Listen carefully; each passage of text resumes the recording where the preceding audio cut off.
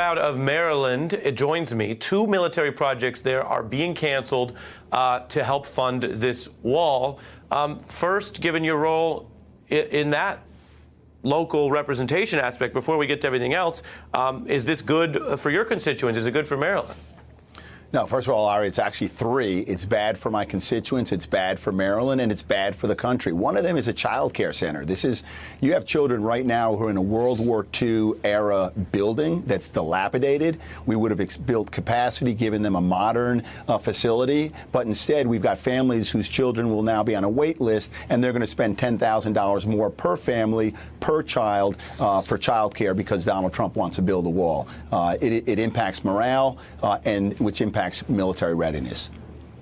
And sometimes what we have to do is hold officials accountable, take them at their word, even if they lie a lot. I want to play for your response, the president, then candidate Trump's claims about who would pay for the wall. Take a look. Believe me, Mexico's paying for the wall, okay? That's it. If I win, if I become president, Mexico will pay for the wall. And by the way, Mexico will pay for the wall. They will pay for the wall. That I can tell you. Mexico's going to pay for the wall. They don't know it yet. They don't know it yet. They're starting to have a very good idea, but that's okay. And Mexico's going to pay for the wall, and they'll be happy to do it.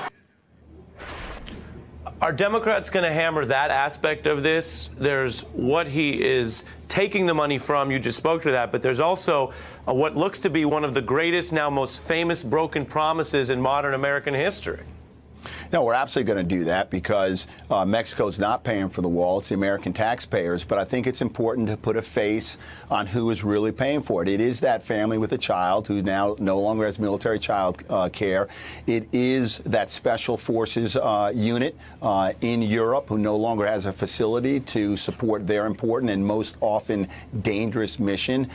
It's the residents and service members in Puerto Rico. You mentioned this in the opening, who are not going to have a power generation plant that was destroyed in Hurricane Maria restored with that funding.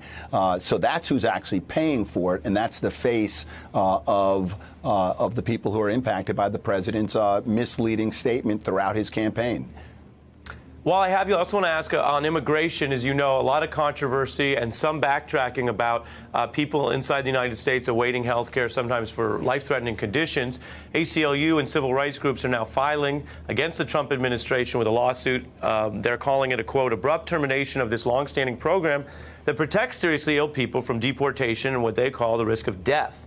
The administration's action, they argue, is unconscionable and also illegal.